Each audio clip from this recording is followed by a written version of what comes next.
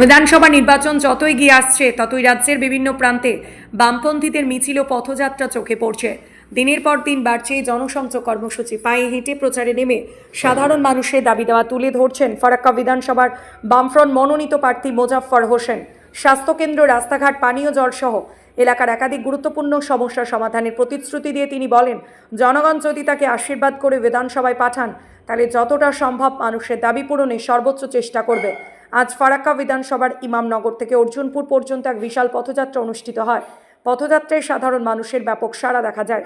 মানুষের ভালোবাসা, আশীর্বাদই তার সবচেয়ে বড় শক্তি বলে জানান প্রার্থী। তার সঙ্গে ছিলেন বামফ্রন্টের সহযোগী দল আইএসএফ সহ অন্যান্য দলের নেতাকর্মীরাও। বিশেষভাবে নজর কাড়ে যুব সমাজের অংশগ্রহণ। ইয়াং জেনারেশনের বহু তরুণ তরুণী রাস্তায় নেমে মানুষের সঙ্গে হাত মিলিয়ে পরিবর্তনের বার্তা ছড়িয়ে দেন। মোজাফফর হোসেন বলেন, জিতি বা হারি আমি আপনাদের পাশেই থাকব। আমরা অন্য দল থেকে পালিয়ে আসা কেউ নয়, মানুষের জন্য লড়াই করতে রাজনীতিতে আছি। এই বার্তার মধ্য দিয়ে সাধারণ মানুষের মধ্যে অন্যান্য পরিবর্তনের আশা আরও জোরালো হচ্ছে বলে মনে করছেন স্থানীয়রা।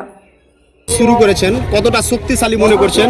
কত সভা না, আমরা তো টোকেন একটা জায়গা ইমামনগর থেকে শুরু করলাম, এলাম অর্জুনপুরে, আসার কথা না, কিন্তু মানুষের যেভাবে ঢল নামছে তাতে মানুষ যারা হাঁটছে তারা আর পায়ে ব্যথা নেই, পায়ের ব্যথা ভালো হয়েছে অনেকে, একদম ছুটকে ছুট। আর যেভাবে মানুষ উঠতে পড়া রাস্তার দুধারে, মহিলা, পুরুষ, সাধারণ গরিব মানুষ, খেটে খাওয়া মেহনতি মানুষ, আর যারা কম বয়সের আছে, শিক্ষিত যারা, তারা বুঝেছে যে না, প্রার্থী সিপিএম যেটা করেছে সেটাকে আমরা সমর্থন করবো।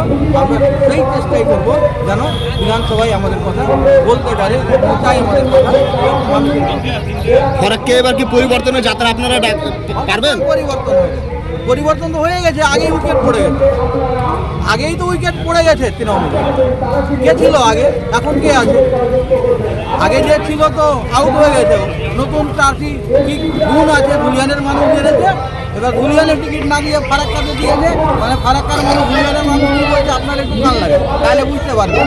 আর কোটি কোটি টাকা আমরা আসছি কি একটা খাটারা মোটর সাইকেল নিয়ে হাঁটছি মানুষের কাছে, যেখানে যাচ্ছে মানুষ ডাকছে আমাদেরকে, আসেন চা খান, যা খরচ হবে আমরা করবো চাই। আর ওরা তো না বিরিয়ানির প্যাকেট দিচ্ছে, আবার শুনছি যে ওই যে বলে কর্মচারী না পেট বলে গ্রামের ভাষা, 500 টাকা করে দিয়ে মহিলাকে ঠিক করছে, প্রচার করতে হবে, এইটাকে ভোট দিতে হবে, এই করতে হবে, এই তো আছে। কিন্তু মানুষের পেটের কথা তো বলছে না, এরা বেকার যুবদের কাজের কথা বলছে না, তারাপুর হাসপাতালের কথা বলছে না, ব্রিটিশ শ্রমিকের মজুরির কথা এরা বলছে। এরা চাইছে যে কোনো মূল্যে মসলদের মুখে দেওয়া, আবার মানুষের যা করতে হবে সেটা করতে। ফলে মানুষ প্রতিজ্ঞাবদ্ধ যে আর ভুল করবো না, এবার যা ফারাক্কাতে আওয়াজ দিচ্ছে আর ভুল করবো না। তৃণমূল বিজেপি একদম হঠাৎ মানুষ বুঝেছে, ফলে মানুষ ঠিক জায়গায় আছে, মানুষের ভাবনা ওই জায়গায় আছে। ও যত টাকা পয়সা দিয়ে চেষ্টা করুন, একটা অংশের মানুষ যা করা করবে, কিন্তু বেশিরভাগ অংশ শিক্ষিত যারা, সাধারণ মানুষ যারা, শ্রমিক যারা, পরিযায়ী শ্রমিক যারা, বেকার যুব যারা, তাদের একটাই ভাবনা যে আমরা সঠিক জিনিসটা এবারই বেছে নেব। ফারাক্কায় জিতে আপনার প্রথম কাজ কি?